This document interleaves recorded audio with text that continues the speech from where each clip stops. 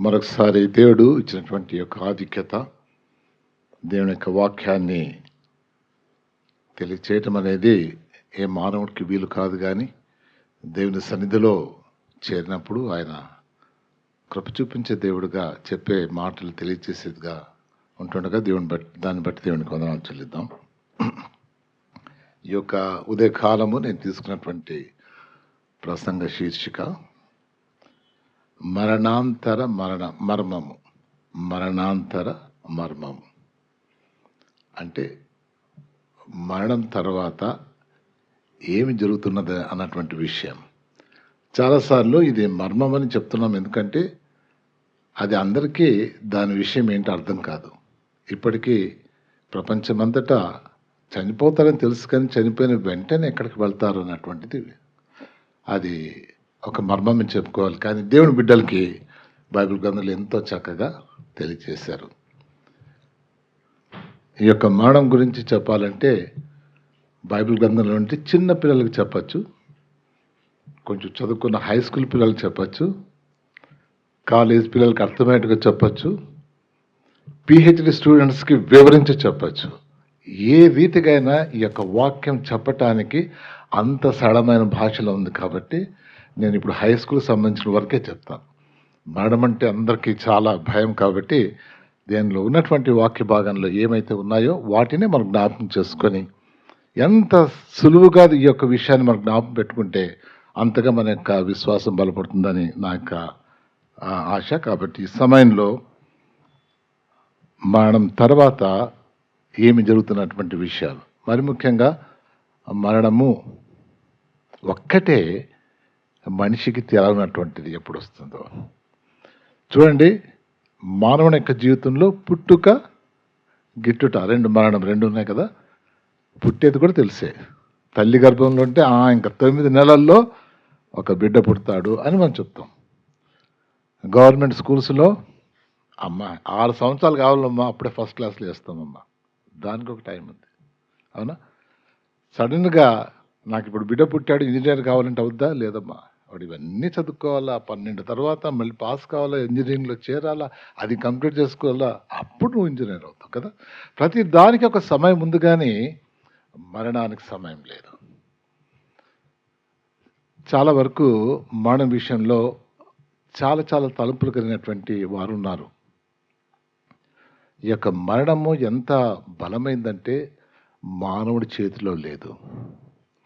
మానవుడికి పుట్టేది ఆయన చేతిలో లేదు, చచ్చేది కూడా ఆయన చేతిలో లేదు.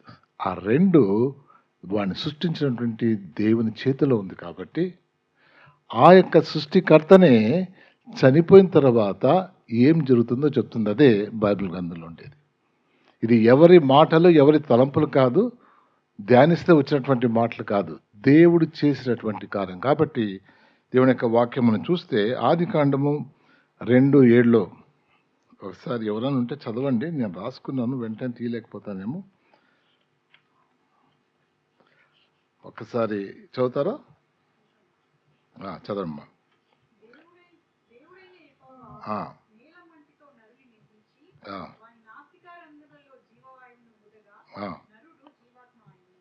వెరీ గుడ్ అమ్మా, చాలు. ఎవరండి పుట్టించింది మానవుణ్ణి? దేవుడు. మళ్ళీ మూడో అదే అధ్యాయము, అదే పుస్తకంలో 3:19 చదమ్మా, ఆదికాండం.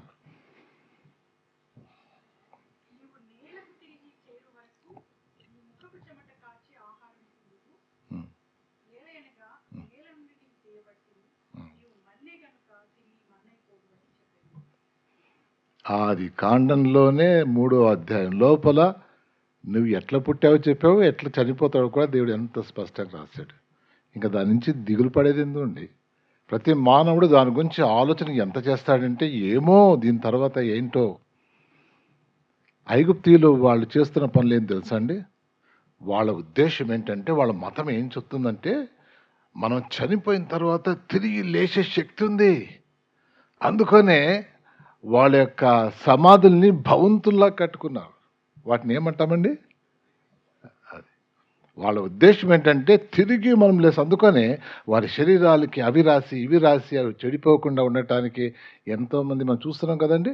వాళ్ళ యొక్క మతం ఏం చెప్తుందంటే తిరిగి మానవుడికి తిరిగి లేసే శక్తి ఉంటుందని చెప్తున్నాడు. అది చాలా అబద్ధం. ఒక మానవుడు తిరిగి జన్మించడానికి వీలు లేదు. అది మరణం.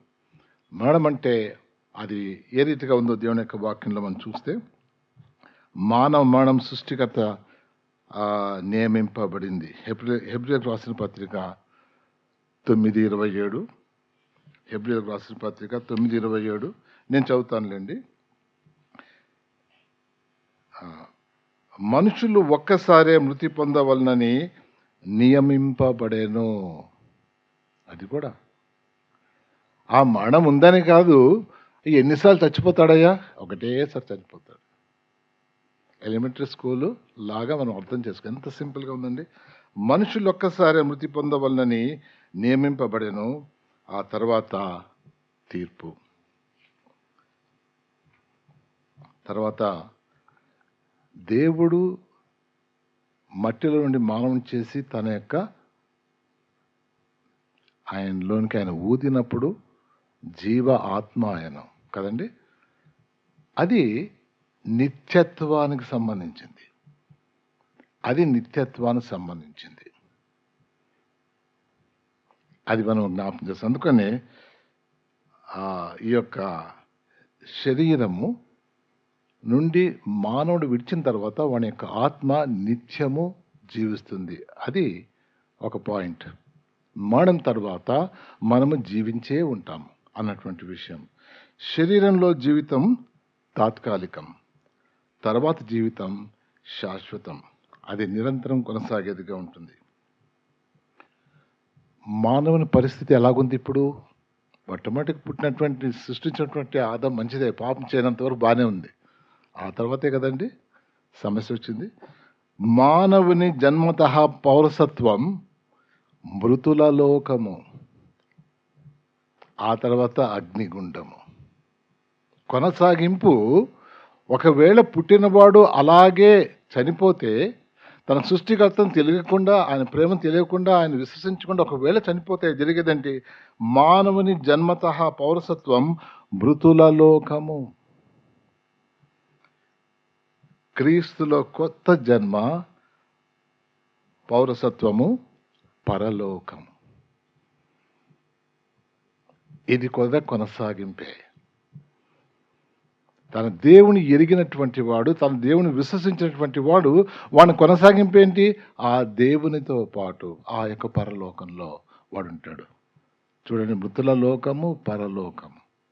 ఈ రెండిట్లో ఎక్కడో ఒక దగ్గర నీ యొక్క కొనసాగింపు, నీ ఆత్మ ఉంటుందని దేవుని యొక్క వాక్యం తెలియజేస్తుంది. నీ గురించి నూతన నిబంధన గ్రంథంలో, దీని గురించి నూతన నిబంధన గ్రంథంలో ఎన్నో రకాలుగా దేవుడు చెప్పాడు. ఈ సమయంలో కేవలం యేసుక్రీస్తు ప్రభువారు తీసుకున్నటువంటి ఒక చక్కటి ఉపమానాన్ని మనం జ్ఞాపకం చేసుకోవాలని కోరుతున్నాను. లూకా సువార్త నేను చదువుతాను కొన్ని వచనాలు. లూకా 16వ అధ్యాయము. లూకా సువార్త 16వ అధ్యాయం 22వ వచనం మొట్టమొదటి చదువుతానండి.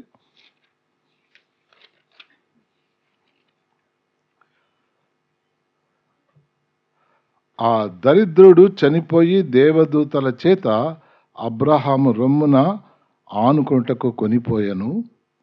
ధనవంతుడు కూడా చనిపోయి పాతి పెట్టబడెను.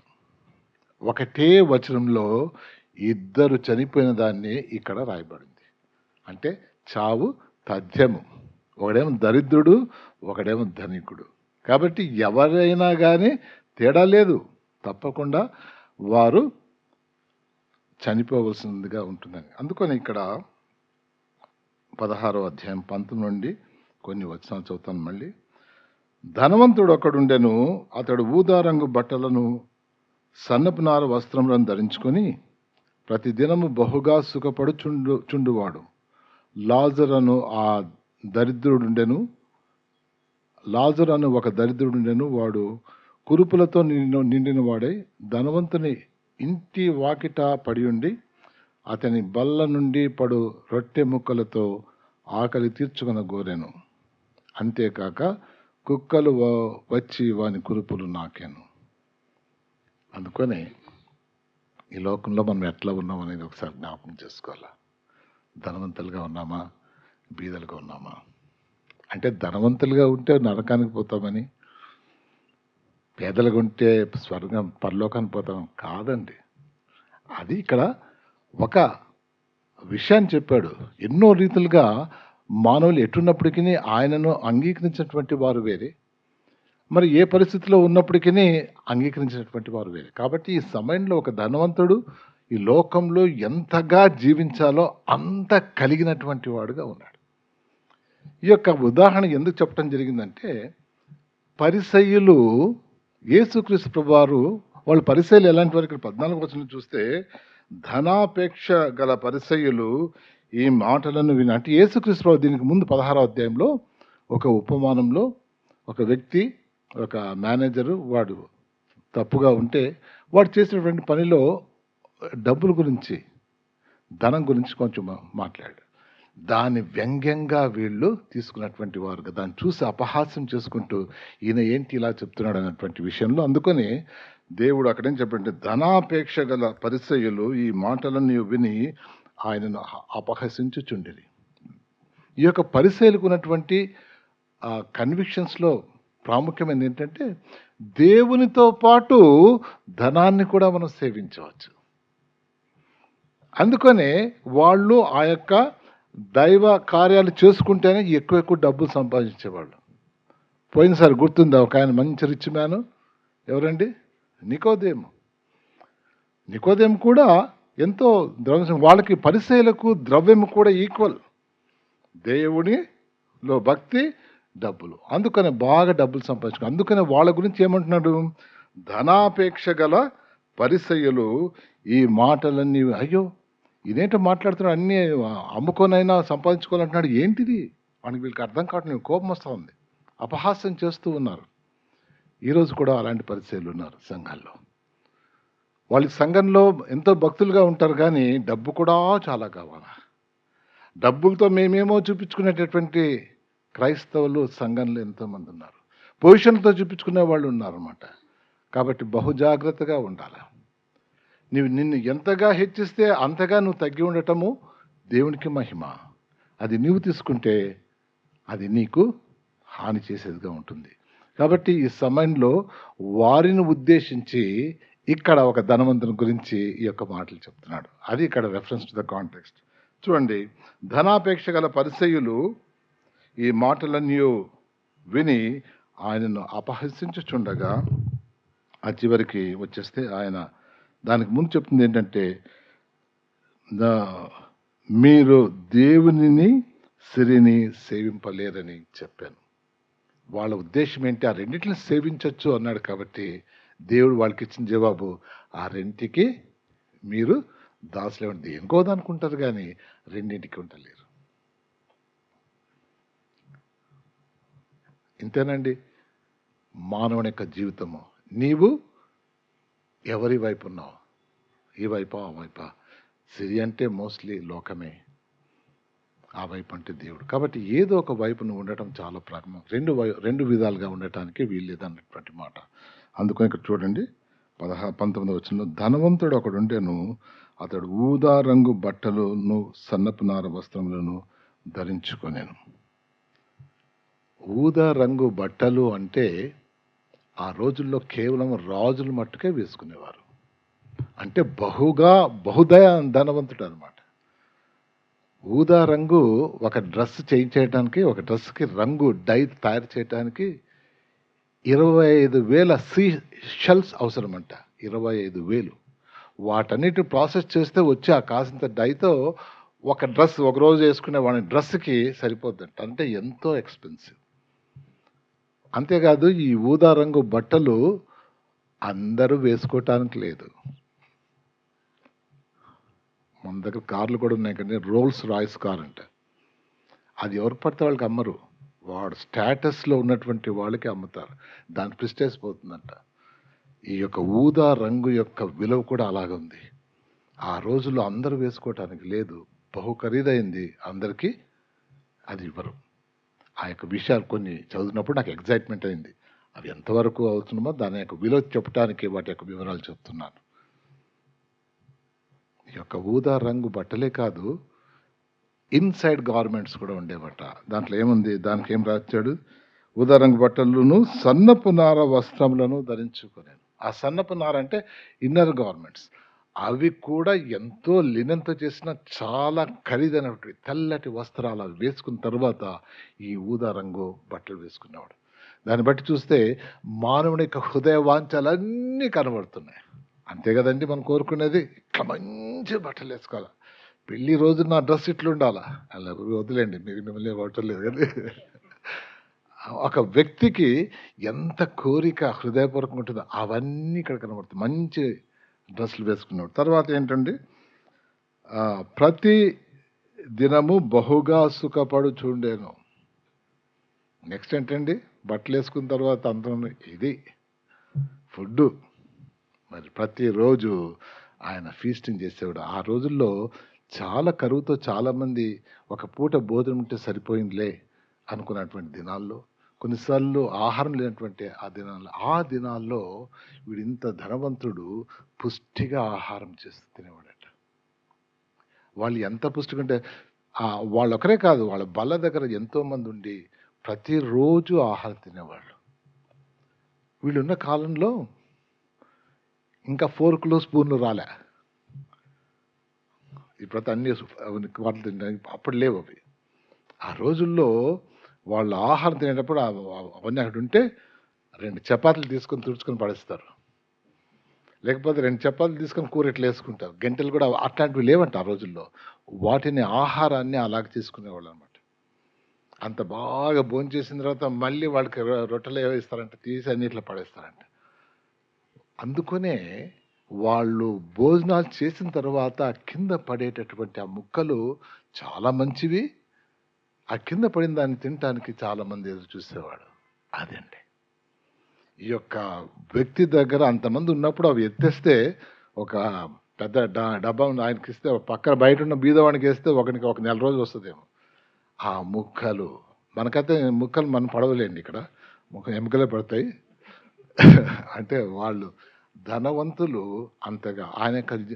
అందుకని అక్కడ ఏం రాయబడిందంటే ప్రతిరోజు అక్కడ బహుగా సుఖపడుచుండెను. ఇది అంతకన్నా చాలండి, ఎక్కువ వద్దులేండి దాని వర్ణన.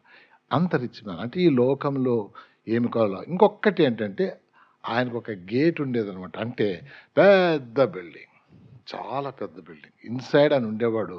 ఆ కాంపౌండ్ వల్ల ఎక్కడో ఆ గేట్ కూడా చాలా బ్యూటిఫుల్ గేట్ అంట. అంటే స్టేటస్ ఆఫ్ దర్ లివింగ్. ఈరోజు కావాల్సింది ఏంటంటే ఎక్కడ ఇల్లు ఎట్లుంది, మీ ఇల్లు ఉండాలా, ఇల్లు ఉండాలా, ఏంది అట్లా బట్టలు వేసుకుంటాం, మంచి వేసుకుంటాం, కొత్త కొనుక్కోవాలనుకుంటున్నాను లేదా బట్టలు. సరే ఈరోజు ఇంట్లో ఏదో బయటికి పోయి తింటా, ఫుడ్ కావాలి. ఈ 3 కదండి మనుషులు కోరుతుండేది. ఈ రోజున మనిషికి ఉన్నవి. ఆ రోజున ఈ యొక్క ధనవంతునికి అవన్నీ సమృద్ధిగా దేవుడిచ్చాడు. అందుకనే ఇంకొక విధంగా చూస్తే 20వ వచనం, లాజరు అను ఒక దరిద్రుడుండెను, వాడు కురుపులతో నిండిన వాడే ధనవంతుని ఇంటి వాకిట పడి ఉండి అతని బల్ల మీద నుండి పడు రొట్టె ముక్కలతో ఆకలి తీర్చుకొని కోరాను. ఈయనకున్నటువంటి ఆశ ఏంటి తెలుసా, వాళ్ళ దగ్గర ఎట్లా కూర్చోలేను, ఆ కింద పడినవి ఏదో కూరకు ముట్టుకుంటే రుచిగా ఉంటుందేమో, లేకపోతే ఏదో ఒకటి ఆయన బల్ల కింద ఉంటే చాలయ్యా, అది దొరికితే నేను బతికిపోతానని ఒక సైడ్ ఉన్నాడు. తర్వాత అతని బల్ల నుండి పడు రొట్టె ముక్కలతో ఆకలి తీర్చుకొని కోరాను, అంతేకాక కుక్కలు వచ్చి వాని కురుపులు నాకెను. ఇక్కడ ఆ యొక్క దరిద్రుని విషయం చూస్తే లాజరు అని పేరు పెట్టబడింది కదండి. లాజరు అన్నది గ్రీకు పేరు, గ్రీకులో ఉన్నటువంటి పేరు. అది హీబ్రూలో దాని యొక్క పేరు ఏంటంటే ఎలియాజరు. ఎలియాజర్ అంటే ఎల్ అంటే గాడ్, హాజర్ అంటే helper. My God is my helper. తెలుగులో నా దేవుడు నా సహాయకుడు. లాజర్ అంటే అది అర్థం. దేవునికి వందనాలు. ఆ పేరు తగ్గ ఆయన దేవుని మీద ఆధారపడి దేవుడే నాకు సహాయుడు అన్నటువంటి జీవితం జీవించేవాడుగా ఒకడు అక్కడ పడి ఉన్నాడు. వీడు వేసుకున్నటువంటి బట్టలతో చూస్తే ఆయనకి ఒంటి నిండా కురుపులు, దాంట్లో నుండి మరి ఎంతో భయంకరమైన వాసనతో బయటకు ఊజింగ్ అయ్యేటటువంటి ఆ యొక్క ద్రవము. అందుకని ఆయనకున్నటువంటి పరిస్థితి ఏంటంటే కుక్కలు వచ్చి నాగుతూ ఉండేవి.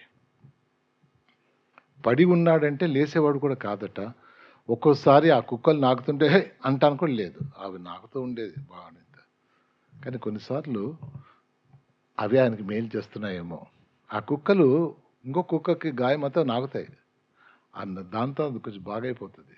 అది నాకేటప్పుడు వాడు సంతోషం గప్చుకుంటే బహుశా ఈయన పరిస్థితి అట్లా ఉంది. చాలామంది దాన్ని నెగిటివ్గా ఆలోచన చేస్తున్నారు, కానీ కనీసం అవి దగ్గరకు వచ్చి ఆయన దాన్ని నాకినప్పుడు మరి దాంట్లో సంతోషం ఉందే మాకు తెలియదు. కానీ ఆ యొక్క జంతువులు ఆయన నాకేటటువంటి పరిస్థితి, బట్టలు లేవు, శరీరం అంతా అలాగుంది.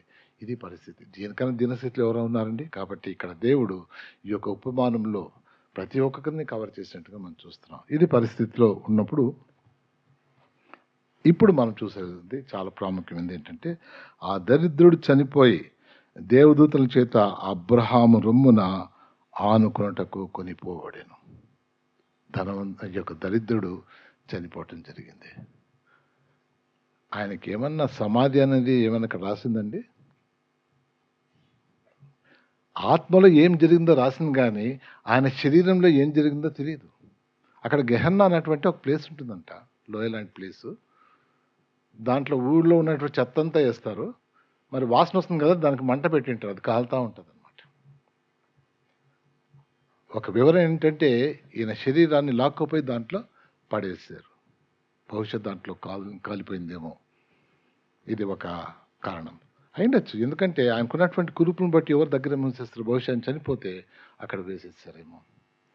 తర్వాత ఇక్కడ ధనవంతుడు కూడా చనిపోయి పాతి పెట్టబడెను. ధనవంతుడు పాతి పెట్టబడెను. ఎంత ఘనంగా కదండి. ఎంతోమంది కొన్ని చూడండి, వాళ్ళ ఫ్యూనరల్స్ ఎట్లా ఉంటాయి, ఇంకా మిలిటరీ ప్రైమ్ మినిస్టర్స్ అంటే ఇంకా గిన్నెలు వేసి ఎంత బాగా చేస్తారు కదండి.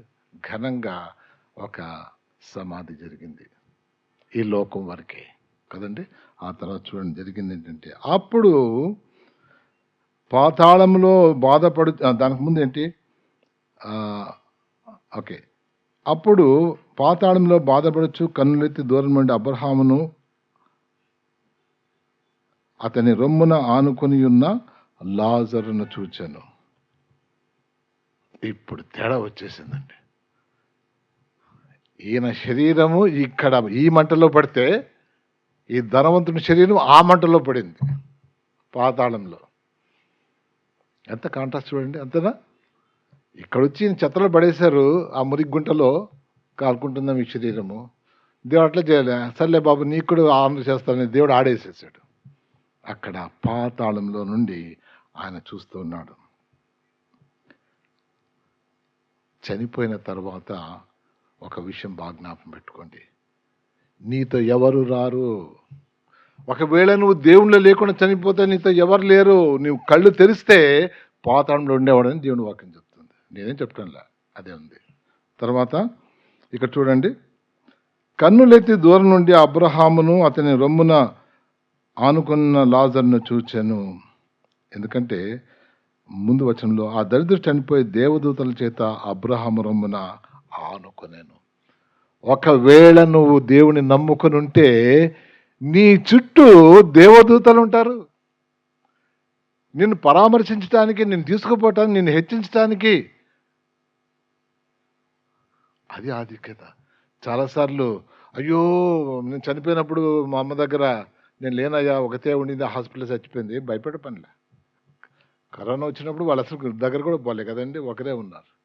వాళ్ళు నిజంగా దేవునిలో ఉన్నటువంటి వాళ్ళైతే దేవదూతలు వచ్చి వాళ్ళని తీసుకుపోయినాయి.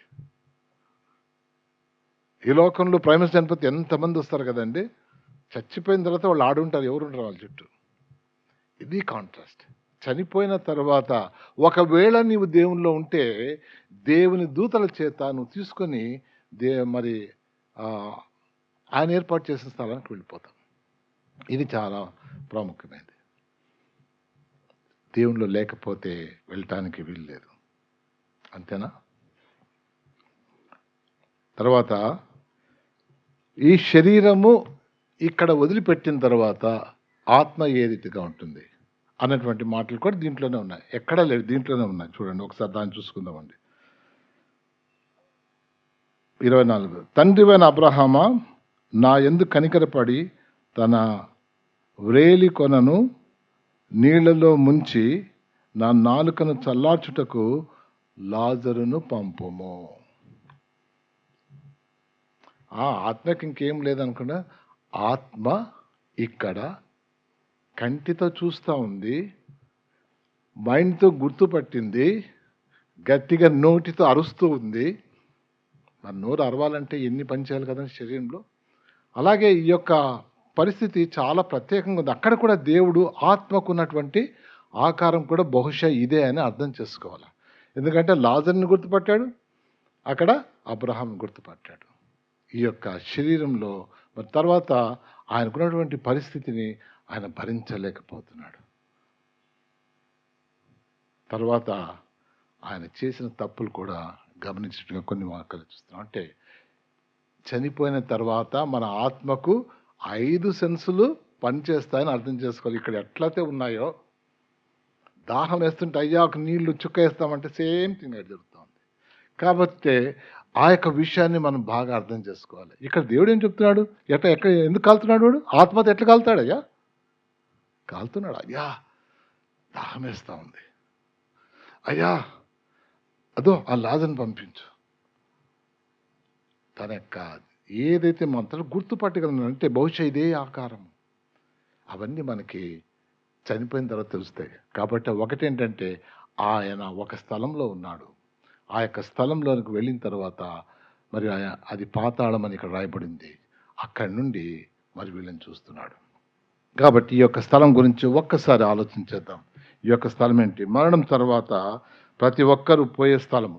యేసు క్రీస్తు ప్రభువారు ఆ శిలువ కార్యంలో ఆయన చనిపోయి 3వ రోజు తిరిగి లేచేంత వరకు చనిపోయినటువంటి వారు ఎవరు కూడా పరలోకానికి పోవటానికి వీలు లేదు. ఎందుకంటే యేసుక్రీస్తు ప్రభువారు ఏం చెప్పాడంటే, యోహాను సువార్త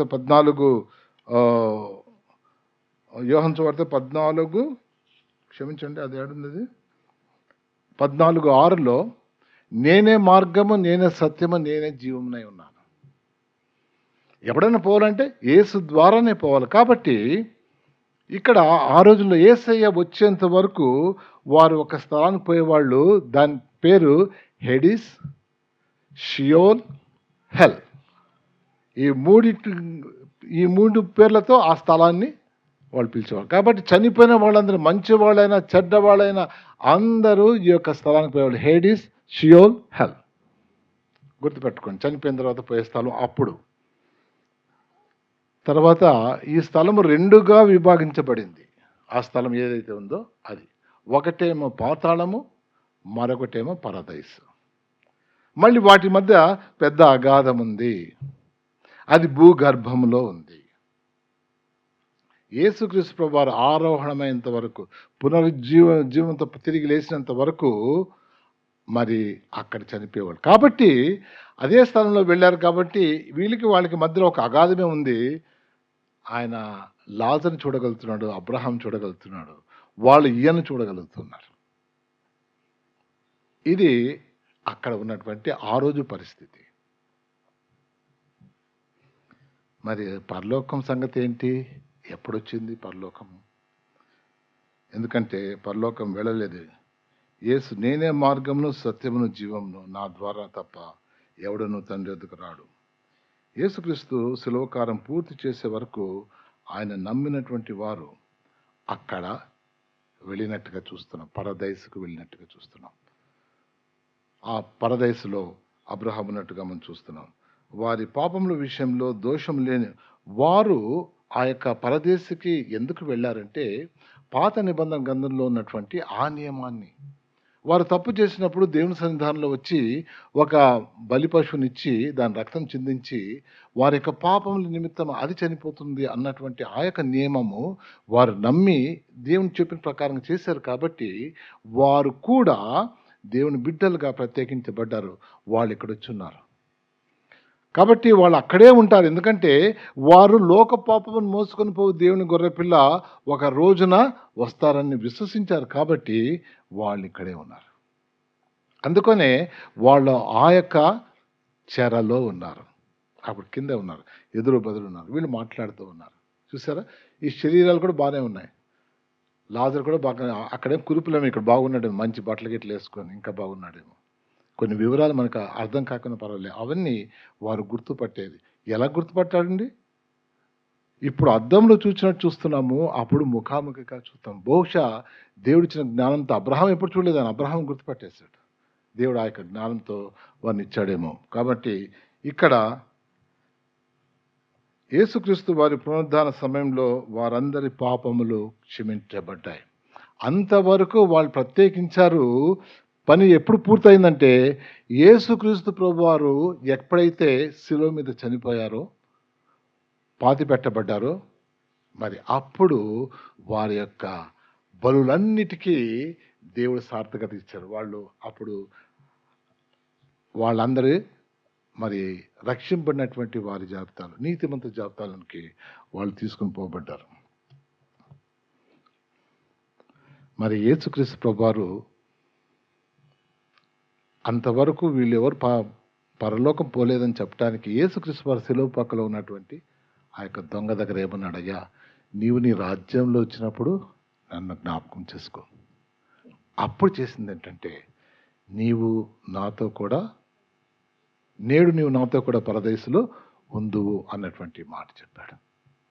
పరలోకం అనలేదు, పరదేశం. ఎందుకంటే దేవుడు మరి అక్కడి నుండి చనిపోయిన తర్వాత 3 దినాలు ఆయన ఎక్కడ ఉండవలసి వచ్చిందండి? మత్తయి సువార్త 12:40లో, యోనా 3 రాత్రులు పగళ్ళు ఏలాగు తిమింగళం కడుపులో ఉండెను, అలాగ మనిషి కుమారుడు భూగర్భంలో ఉండును.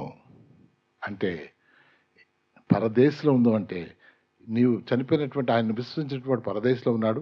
కాబట్టి ఆయన పూర్తి చేసిన తర్వాత ఆయన అక్కడికి భూగర్భంలో పోయాడంటే, అక్కడ ఉన్నటువంటి షియోల్లో, హేడిస్లో, మరి పరదేశ్ అన్నటువంటి స్థలానికి దేవుడు వెళ్ళి అక్కడ ఎన్ని రోజులు ఉన్నాడంటండి?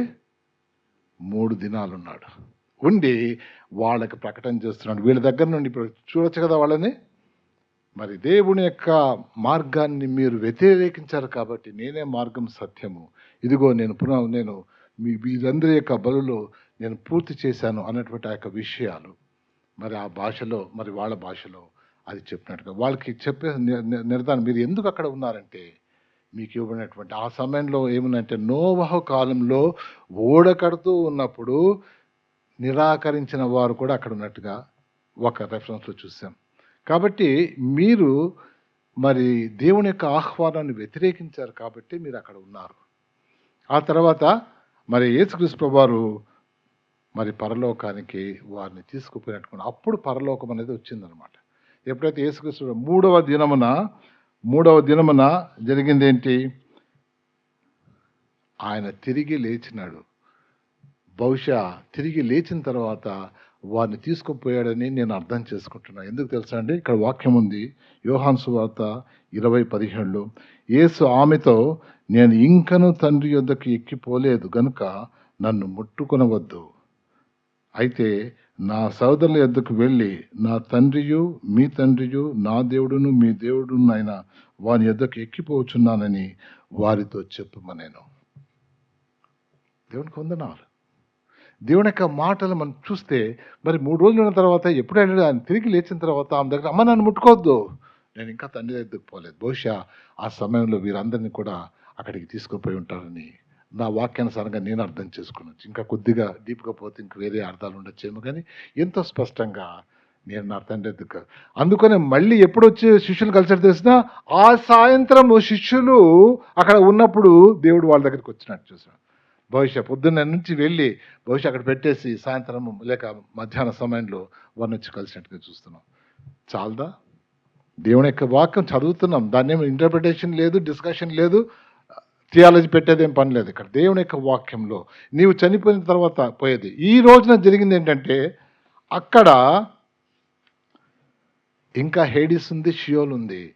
కానీ చెర మట్టుకే లేదు. ఆయన చెరగా కొనిపోయాను అన్నటువంటి మాటలు కూడా దేవుని యొక్క వాక్యం ఎఫెసీయులకు రాసిన పత్రిక 4:8లో అందుచేత ఆయన ఆరోహణమైనప్పుడు చెరగా పట్టుకొని పోయి మనుషులకు ఈవులను అనుగ్రహించును అని చెప్పబడి ఉన్నది. ఆయన చనిపోయి ఆ చెరలో ఉన్నటువంటి వారికి బోధించి అవతల వారికి వీరిని తీసుకొని ఆయన పోయినట్టుగా చూస్తున్నాం. కాబట్టి ఆ యొక్క పాతాళం ఇంకా ఉంది. ఎందుకంటే ఇంకనూ ఆయన నమ్మనటువంటి వారు కొరకు అది ఉంది. నమ్మినటువంటి వారి స్థలం ఇప్పుడు ఇది కాదు. కాబట్టి మనం ఒకవేళ దేవుణ్ణి నమ్మి ఉంటే నేరుగా ఈ రోజున పరలోకానికి వెళ్ళేదే ఆ ఆధిక్యత మనకున్నది. దేవదూతలు వచ్చి మనం తీసుకువెళ్తారు. దేవుని యొక్క వాక్యం చాలా అంటే ఈ వాక్య ప్రకారంగా దేవదూతలు ఆయన కొనిపోయేది. లాజరు వలె మనం కూడా ఆయన నమ్మి ఉన్నాం కాబట్టి ఆయన తీసుకుపోయేవారుగా ఉంటున్నాం. ఎన్ని గొప్ప విషయాలండి. కాబట్టి పరదైసు పరలోకం కాదు. ఆ రోజు వరకు యేసయ్య తిరిగి లేచేంత వరకు పరదైసుకే వెళ్ళారు. ఈ రోజున పరలోకానికి వెళ్ళేవారుగా ఉంటున్నారు. తర్వాత యేసుక్రీస్తు వారు పరదైసుకు వెళ్ళెను అన్నటువంటిది ఇందాక గుర్తుపెట్టాం కదండి. ఆయన ఆ యొక్క చెరలోనికి వెళ్ళాడు, వారిని కలవటానికి వెళ్ళాడు, వారికి బోధించడానికి వెళ్ళాడు, వాళ్ళని తీసుకుని వెళ్ళటానికి మరి పరదేశకు వెళ్ళినట్టుగా చూస్తున్నాం. తర్వాత మూడవది పాతాళము నాశనము చేయబడును, మరణమును మృతుల లోకమును అగ్నిగుండంలో వేయబడును. ఇప్పుడు ఉన్నటువంటి ఆ పాతాళంలో పాపం చేసి దేవునికి వ్యతిరేకమైనటువంటి వారందరూ అక్కడే ఉంటారు. అది ఒక రోజున కాల్చబడుతుంది. ఎప్పుడండి? ఎప్పుడు కాల్చబడుతుంది? చాలామంది అది కాల్చబడుతుందంటే కొంతమంది థియరీ ఏముందంటే, ఓహో చనిపోయిన తర్వాత భయపడే పని లేదు, బూడిదైపోతామయ్యా, ఇంకేం బాధ లేదు మనకి. లేదండి. అక్కడి నుండి దేవుడు ఎక్కడ తీసుకెళ్తున్నాడు వాళ్ళని? అగ్నిగుండంలోనికి. తీర్పు తర్వాత అగ్నిగుండంలో పడవేయటానికి వారు అక్కడ ఉంటారు. మరణం తర్వాత ఈ విషయాలు మనం వింటే అర్థమవుతున్నాయా? సండే స్కూల్లో చెప్తే వాళ్ళని మళ్ళీ రిపీట్ చేసి చెప్పేస్తానని చెప్పిందంతా. ఎంత సింపుల్. ఇప్పుడు చనిపోయినటువంటి వారు పరలోకానికి దేవుని దగ్గరికి వెళ్తారు. దేవుని నమ్మనటువంటి వాళ్ళు పాతాళంలో ఉంటారు. మరి ఆ పాతాళంలో దీన్ని అనుభవించడమే కాదు, తీర్పు తర్వాత అగ్నిగుండంలో పడవేయటానికి వారు సిద్ధంగా ఉన్నారు. ఇంకో దగ్గర దేవుడి వాక్యం ఏంటంటే, ఆ యొక్క అగ్నిగుండము నీ కోసం కాదయ్యా నేను సిద్ధం చేసింది, వాని కోసం. మీరు వాని మాట విన్నారు, మీరు వానిలాగా వ్యతిరేకించారు కాబట్టి వాని దగ్గర వేస్తున్నారు. దేవుడికి అసలుకి మానవుని శిక్షించేది ఇష్టమే లేదు. కానీ ఆయన నీతి అడ్డు వస్తుంది. ఆయన నీతిమంతుడైన దేవుడు, ఆయన ప్రేమ స్వరూపి. కానీ ఆయన నీతి ముందు నువ్వు నేను నిలబడటానికి వీలు లేదు. అందుకనే ఈ భూమి మీద ఉన్నప్పుడే మన నిర్ణయం ఏంటి అని దేవుడు జ్ఞాపకం చేస్తున్నాడు. రిచ్ మ్యాన్గా ఉంటే నరకం పోతామని కాదు. అబ్రహం ఆయన కన్నా రిచ్, ఆడు కూర్చుండేది ఎవరండి ఆడ? అబ్రహం ఈయన కన్నా రిచ్, మరి పరలోకంలో ఉన్నాడు కదా. విశ్వాసము ఉంటేనే, దేవుని ఎందుకు విశ్వసిస్తేనే, పాపానికి మీరు ప్రాయశ్చిత్త పడితేనే అప్పుడు నువ్వు దేవుని దగ్గరికి వెళ్ళడానికి వీలవుతుంది. ఇక్కడ అన్ఫార్చునేట్లీ రిచ్ మ్యాన్ ఆయన నమ్ముకోలేదు కాబట్టి అట్టుపోయాడు. రిచ్ మ్యాన్గా ఉండటానికి తప్పు అని లేదు. దేవుడు నిన్ను ఆశీర్వదిస్తే దేవునికి వందనాలు. వాటి విషయంలో గర్వించకుండా దేవుని కొరకు మహిమార్థం ఉండండి, అది తప్పులేదు. అది కానీ అదే మనం దానివల్ల దేవుని మహిమపరుస్తానేది అది తప్పు. కాబట్టి ఈ విషయం జ్ఞాపకం చేసుకుందాం. లాస్ట్లో ఈ భూమి మీద ఉన్నప్పుడే నీ నిర్ణయం. ఎవ్వరు నీ కొరకు చేరు, నువ్వే చేయాలి. ఎందుకంటే జీవపు గ్రంథంలో నీ పేరు నమోదు చేసుకోవటం, అది ప్రకటన గ్రంథము 20:15లో మనం చూడొచ్చు. జీవ గ్రంథంలో నీ పేరు నమోదు చేసుకోవటం నీదే నిర్ణయం. నీవే నిర్ణయం చేసుకోవాలా. నీవు ఆ నిర్ణయము ఈరోజు చేసుకోకపోతే రెండే విషయాలు. నువ్వు నమ్మకపోతే ఇంకా నీ కొరకు ఎదురు చూస్తున్నటువంటి ఆ పాతాళము.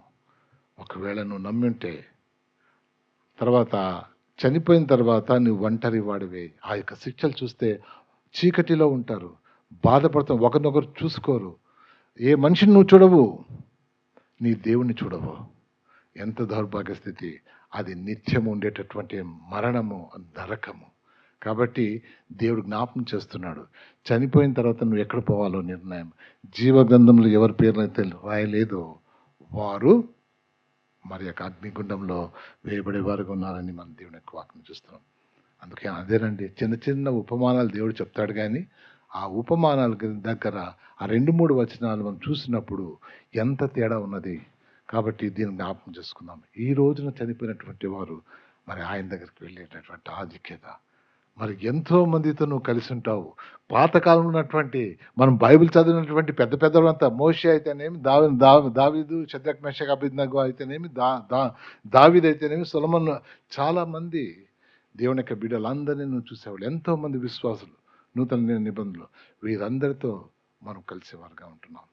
ఎల్లప్పుడూ సంతోషంగా ఉంటాం.